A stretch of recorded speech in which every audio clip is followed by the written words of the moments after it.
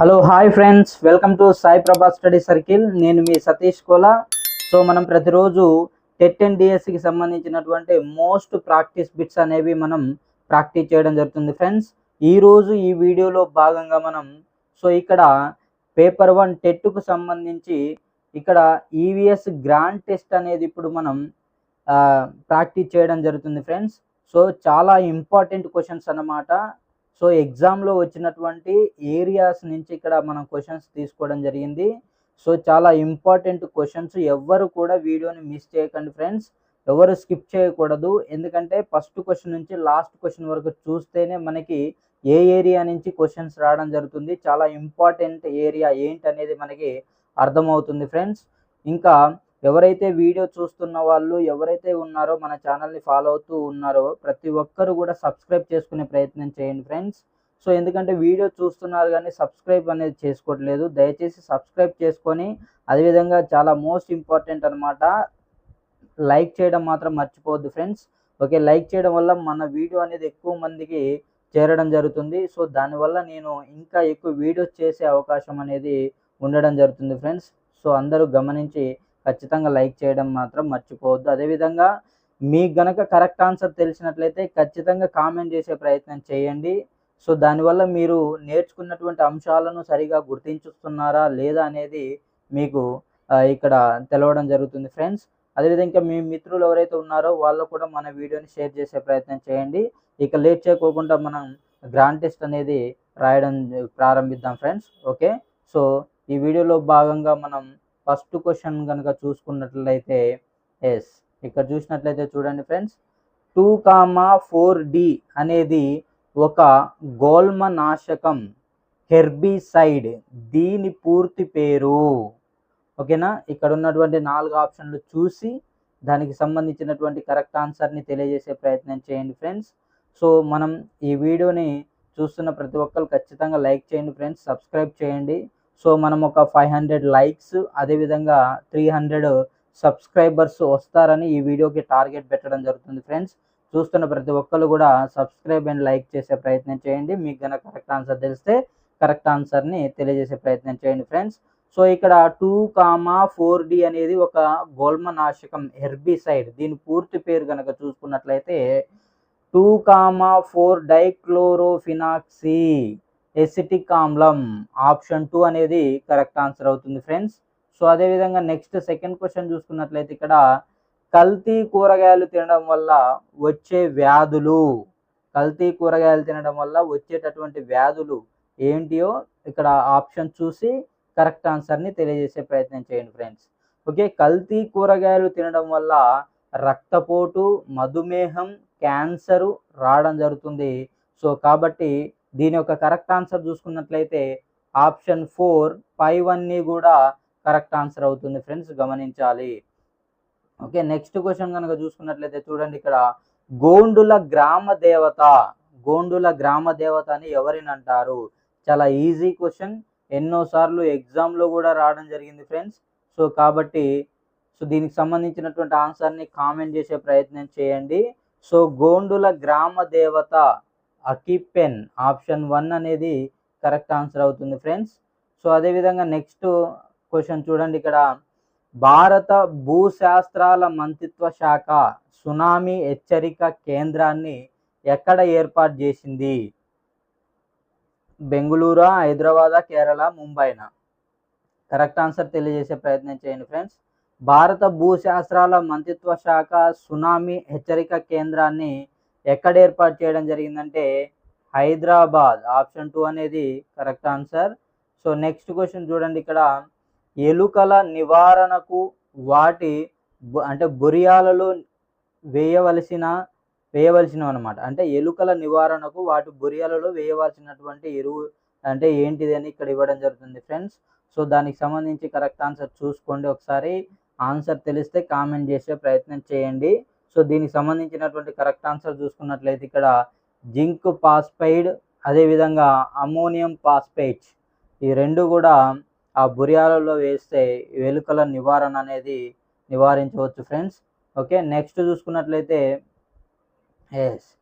Tea పొడిని tea decoction నుంచి వేరు చేయడానికి ఈ క్రింది వాటిలో ఏ ప్రక్రియను ఉపయోగిస్తారు? ఓకే, సో కరెక్ట్ ఆన్సర్ తెలిస్తే కామెంట్ చేయండి. సో ఏంటంటే టీ పొడిని డికాషన్ నుంచి వేరు చేయడానికి ఈ క్రింది వాటిలో ఏ ప్రక్రియను ఉపయోగిస్తారు? సిబ్బి గంటెన, తూర్పారబట్టడమా, ఉత్పతనమా, పైవన్య? సో దీనికి సంబంధించి కరెక్ట్ ఆన్సర్ చూసుకున్నట్లయితే సిబ్బి గంటె. సో అన్నిటికంటే చిన్న చిన్న రంధ్రాలు ఉండేది ఇదే కాబట్టి సిబ్బి గంట అనేది కరెక్ట్ ఆన్సర్ అవుతుంది ఫ్రెండ్స్. సో నెక్స్ట్ ఇక్కడ చూసుకున్నట్లయితే చూడండి, బనానా ఆయిల్ను దేని నుంచి తయారు చేస్తారు? బనానా ఆయిల్ అనేది దేని నుంచి తయారు చేస్తారు? ఓకే, సో దీనికి సంబంధించి కరెక్ట్ ఆన్సర్ తెలిస్తే కామెంట్ చేయండి ఫ్రెండ్స్.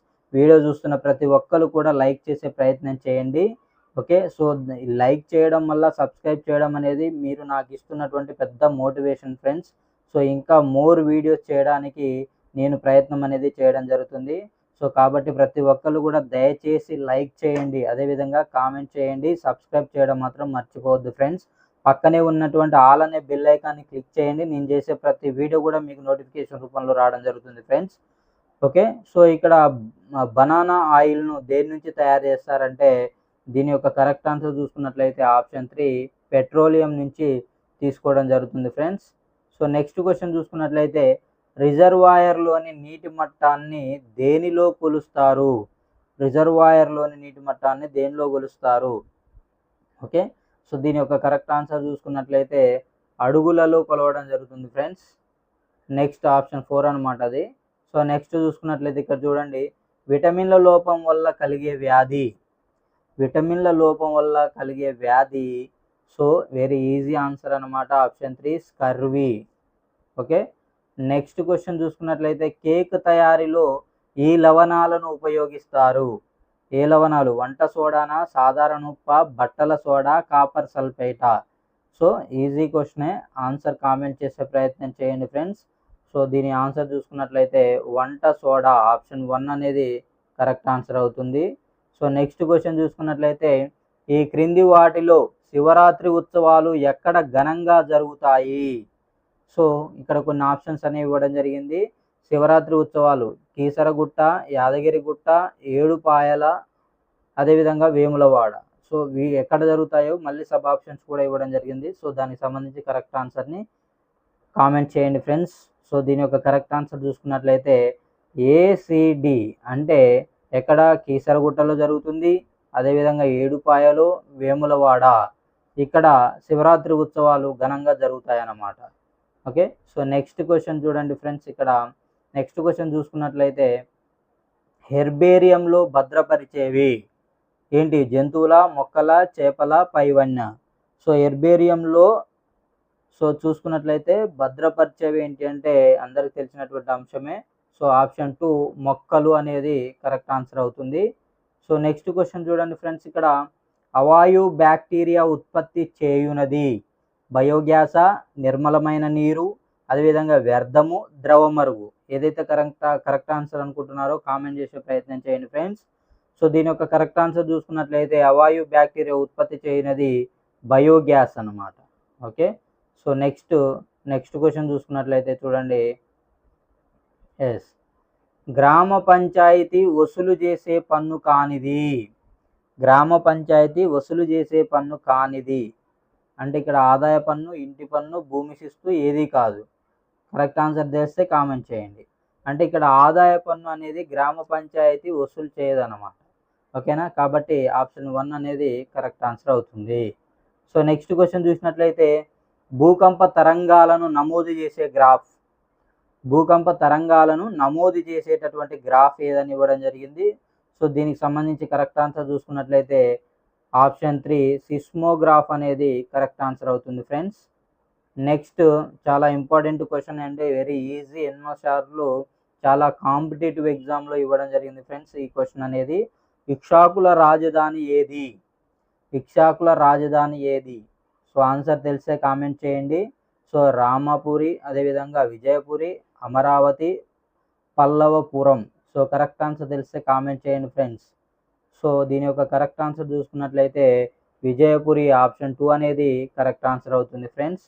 ఓకే, నెక్స్ట్ క్వశ్చన్ చూసుకున్నట్లయితే ఇక్కడ చూడండి, కొలంబస్ కంటే ముందు ఐరోపా వారికి ఈ దేశం గురించి తెలియదు. ఓకేనా, ఏ దేశం గురించి తెలియదు ఐరోపా వారికి. సో కామెంట్ చేయండి. సో చూసుకున్నట్లయితే కొలంబస్ కంటే ముందు ఐరోపా వారికి ఏ దేశం గురించి తెలియదంటే అమెరికా. ఆప్షన్ 1 అనేది కరెక్ట్ ఆన్సర్ అవుతుంది ఫ్రెండ్స్. నెక్స్ట్, డ్రోన్ ఈగల జీవిత కాలం 17 వారాలు, 47 వారాలు, 57 రోజులు, 45 రోజులు. కరెక్ట్ ఆన్సర్ తెలిస్తే కామెంట్ చేయండి ఫ్రెండ్స్. డ్రోన్ ఈగల జీవిత కాలం చూసుకున్నట్లయితే ఇక్కడ ఏంటంటే 57 రోజులు. ఆప్షన్ 3 అనేది కరెక్ట్ ఆన్సర్ అవుతుంది ఫ్రెండ్స్. నెక్స్ట్ క్వశ్చన్ చూసుకున్నట్లయితే ఇక్కడ చూడండి, తల్లికోట యుద్ధం ఎవరెవరికి మధ్య జరిగింది? ఇక్కడ ఉన్నటువంటి 4 ఆప్షన్లు చూసి ఏదైతే కరెక్ట్ ఆన్సర్ అని మీకు అనిపిస్తుందో కామెంట్ చేసే ప్రయత్నం చేయండి ఫ్రెండ్స్. ఓకే, సో ఇక్కడ తల్లికోట యుద్ధం ఎవరెవరికి మధ్య జరుగుతుంది అని అంటే మనం చూసుకున్నట్లయితే విజయనగర రాజులు, బహుమని సుల్తానులు. ఆప్షన్ 3 అనేది కరెక్ట్ ఆన్సర్ అవుతుంది ఫ్రెండ్స్. నెక్స్ట్ క్వశ్చన్ చూసుకున్నట్లయితే ఇక్కడ చిట్ట చివరి మొఘల్ చక్రవర్తి. ఇది కూడా ఎన్నోసార్లు ఎగ్జామ్లో రావడం జరిగింది ఫ్రెండ్స్. సో చిట్ట చివరి మొఘల్ చక్రవర్తి ఎవరు? సో చూసుకున్నట్లయితే బహదూర్ షా జాఫర్. ఆప్షన్ 2 అనేది కరెక్ట్ ఆన్సర్ అవుతుంది. సో నెక్స్ట్ క్వశ్చన్, ఇక్కడ సభ ఆమోదం పొందకముందు చట్టాన్ని ఏ విధంగా పిలుస్తారు? సభ అనేది ఆమోదం పొందకముందు చట్టాన్ని ఏ విధంగా పిలుస్తారు? బిల్లా, చట్టమా, శాసనమా, పైవన్య? సో ఆన్సర్ తెలిస్తే కామెంట్ చేయండి ఫ్రెండ్స్. అంటే మా సభ ఆమోదం పొందకముందు చట్టాన్ని బిల్లు అని పిలుస్తారు ఫ్రెండ్స్, గమనించాలి. ఆప్షన్ 1 అనేది కరెక్ట్ ఆన్సర్. నెక్స్ట్, శుంకర తేజమును భద్రపరిచే పద్ధతి. ఓకే, ఆన్సర్ తెలిస్తే కామెంట్ చేయండి. దీని యొక్క ఆన్సర్ చూసుకున్నట్లయితే బీజ పదార్థ సేకరణ. ఆప్షన్ 4 అనేది కరెక్ట్ ఆన్సర్ అవుతుంది ఫ్రెండ్స్. నెక్స్ట్ క్వశ్చన్ చూడండి, ఇక్కడ ప్రాథమిక హక్కులను పరిమితం చేసే హక్కు పార్లమెంటుకు లేదని సుప్రీంకోర్టు ఏ కేసులో పేర్కొంది? అంటే ప్రాథమిక హక్కులను పరిమితం చేసే హక్కు పార్లమెంటుకు లేదని సుప్రీంకోర్టు ఏ కేసులో పేర్కొంది? గోలక్నాథ్ కేసా, కేశవానంద భారతి కేసు, అదేవిధంగా Maneka Gandhi case, Shankari Prasad case? So correct answer తెలిస్తే కామెంట్ చేయండి ఫ్రెండ్స్. సో దీని యొక్క కరెక్ట్ ఆన్సర్ మనం చూసుకున్నట్లయితే గోలక్నాథ్ కేసు. ఆప్షన్ 1 అనేది కరెక్ట్ ఆన్సర్ అవుతుంది. నెక్స్ట్ క్వశ్చన్ చూసుకున్నట్లయితే చూడండి, ప్రతి సంవత్సరం సెప్టెంబర్ 9న తెలంగాణ భాషా దినోత్సవం పురస్కరించుకొని నిర్వహిస్తున్నవారు? ఓకేనా, అంటే సెప్టెంబర్ 9న తెలంగాణ భాషా దినోత్సవం పురస్కరించుకొని ఎవరిది సందర్భంగా, అంటే అక్కడ ఉన్నటువంటి వ్యక్తి, ఏ వ్యక్తి పరంగా మనం సెప్టెంబర్ 9ని తెలంగాణ భాషా దినోత్సవంగా జరుపుకుంటున్నాము? సో ఇక్కడ ఆప్షన్ చూసి కరెక్ట్ ఆన్సర్ని తెలియజేసే ప్రయత్నం చేయండి ఫ్రెండ్స్. సో ఇక్కడ మనం ఆన్సర్ చూసుకున్నట్లయితే వెరీ ఇంపార్టెంట్ అనమాట, కాళోజీ నారాయణరావు. సో ఇక్కడ ఆప్షన్ 2 అనేది కరెక్ట్ ఆన్సర్ అవుతుంది. ఓకే ఫ్రెండ్స్, ఇక్కడ నుంచి మెథడాలజీకి సంబంధించినటువంటి క్వశ్చన్స్ తీసుకోవడం జరిగింది. సో చూసుకున్నట్లయితే విజ్ఞాన శాస్త్రం అనేది ఏంటది? సత్యాలను మాత్రమే కలిగి ఉంటుంది, సాధారణీకరణాలను మాత్రమే కలిగి ఉంటుంది, సిద్ధాంతాలను మాత్రమే కలిగి ఉంటుంది. సో కరెక్ట్ ఆన్సర్ మనం చూసుకున్నట్లయితే ఆప్షన్ 4 అనేది కరెక్ట్ ఆన్సర్ అవుతుంది ఫ్రెండ్స్, గమనించాలి. సో నెక్స్ట్ క్వశ్చన్ చూసుకున్నట్లయితే చూడండి, ఇక్కడ మానవ సంబంధాలను అధ్యయనం చేసే శాస్త్రం సాంఘిక శాస్త్రం, సామాజిక శాస్త్రం, మనస్తత్వ శాస్త్రం, తత్వశాస్త్రం. మానవ సంబంధాలను అధ్యయనం చేసే శాస్త్రం అనేది దేన్ని అంటారంటే ఆప్షన్ 1 సాంఘిక శాస్త్రం correct answer. Okay, so next question చూసుకున్నట్లయితే ఇక్కడ చూడండి, ఉల్కలు భూ వాతావరణం చేరగానే మాడిపోతాయని తెలుసుకున్నాడు. ఏ స్పష్టీకరణ ఇమిడి ఉంది ఇందులో? చూసుకున్నట్లయితే కరెక్ట్ ఆన్సర్ తెలిస్తే కామెంట్ చేయండి ఫ్రెండ్స్. సో దీని యొక్క కరెక్ట్ ఆన్సర్ ఆప్షన్ 1 వినియోగం అనేది కరెక్ట్ ఆన్సర్ అవుతుంది. సో నెక్స్ట్ క్వశ్చన్ చూసుకున్నట్లయితే ఇక్కడ చూడండి, విద్యా లక్ష్యాలే విద్యా విలువలు అని అన్నది ఎవరు? సో కరెక్ట్ ఆన్సర్ తెలిస్తే కామెంట్ చేయండి ఫ్రెండ్స్. సో విద్యా లక్ష్యాలే విద్యా విలువలు అని పేర్కొన్నది కన్నింగ్హామ్. ఓకేనా, ఆప్షన్ 1 అనేది correct answer. So next question చూసుకున్నట్లయితే చూడండి, ఇక్కడ సామాన్య శాస్త్రం విషయ ప్రణాళిక 6 నుంచి 10 తరగతుల వరకు స్థాయిని బట్టి ఎన్ని ప్రధాన అంశాలలో వివరించడం జరిగింది? ఓకే, 2, 3, 7, 6 కరెక్ట్ ఆన్సర్ని కామెంట్ చేసే ప్రయత్నం చేయండి. సో ఇక్కడ మనం చూసుకున్నట్లయితే ఇక్కడ ఆప్షన్ 3 7 అనేది కరెక్ట్ ఆన్సర్ అవుతుంది ఫ్రెండ్స్. సో చివరిగా లాస్ట్ క్వశ్చన్ అనేది ఒకసారి చూసుకున్నట్లయితే మనం చూడండి, ఇక్కడ ఐక్యూను తెలుసుకొనగలిగిన మాపనం. ఓకేనా, ఐక్యూను తెలుసుకోగలిగినటువంటి మాపనం ఏది అంటే ఇక్కడ సాపేక్ష మాపనం ఆప్షన్ 3 అనేది కరెక్ట్ ఆన్సర్ అవుతుంది. సో ఓకే ఫ్రెండ్స్, ఇలాంటి మోస్ట్ క్వాలిటీగా ఉన్నటువంటి ఇంపార్టెంట్ ప్రాక్టీస్ బిట్స్ మీకు రెగ్యులర్గా పొందాలనుకున్నట్లయితే ఖచ్చితంగా మన ఛానల్ని ఫాలో అవుతూ దయచేసి అందరూ కూడా సబ్స్క్రైబ్ చేయండి ఫ్రెండ్స్.